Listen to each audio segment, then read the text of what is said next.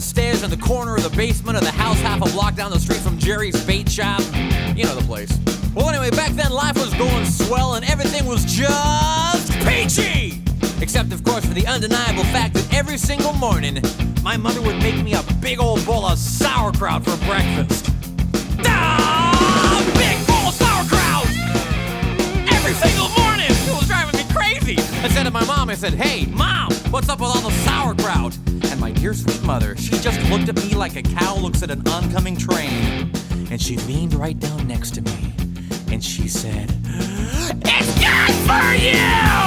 And then she tied me to the wall and stuck a funnel in my mouth and force-fed me nothing but sauerkraut until I was 26 and a half years old. That's when I swore that someday I would get out of that basement and travel to a magical, faraway place where the sun is always shining and the air smells like warm root beer and the towels are oh so fluffy. Where the Shriners and the lepers play their ukuleles all day long and anyone on the street will gladly shave your back for a nickel.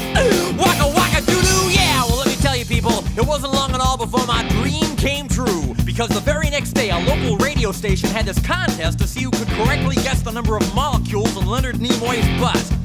I was off by 3, but I still won the grand prize. That's right, a first-class one-way ticket to Albuquerque.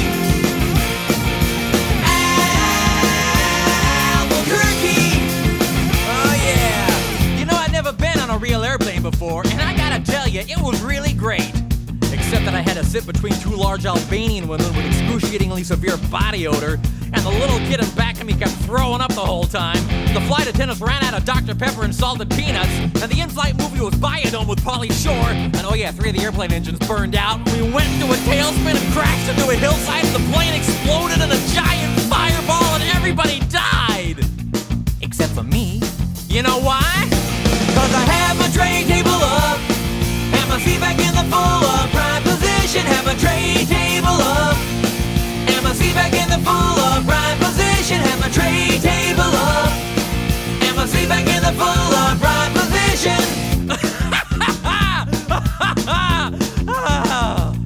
So I crawled from the twisted burning wreckage. I crawled on my hands and knees for 3 full days, dragging along my big leather suitcase and my Garmin bag and my tenor saxophone and my 12-pound bowling ball and my Lucky autographed glow-in-the-dark snorkel. But finally I arrived at the world-famous Albuquerque Holiday Inn where the towels are oh so fluffy and you can eat your soup right out of the ashtrays if you wanna. It's okay, they're clean. Well, I checked into my room and I turned down the AC and I turned on the Spectrovision and I'm just about to eat that little chocolate mint on my pillow that I love so very, very much when suddenly there's a knock on the door. Well, now who could that be? I say, who is it? No answer. Who is it? There's no answer. Who is it? They're not saying anything.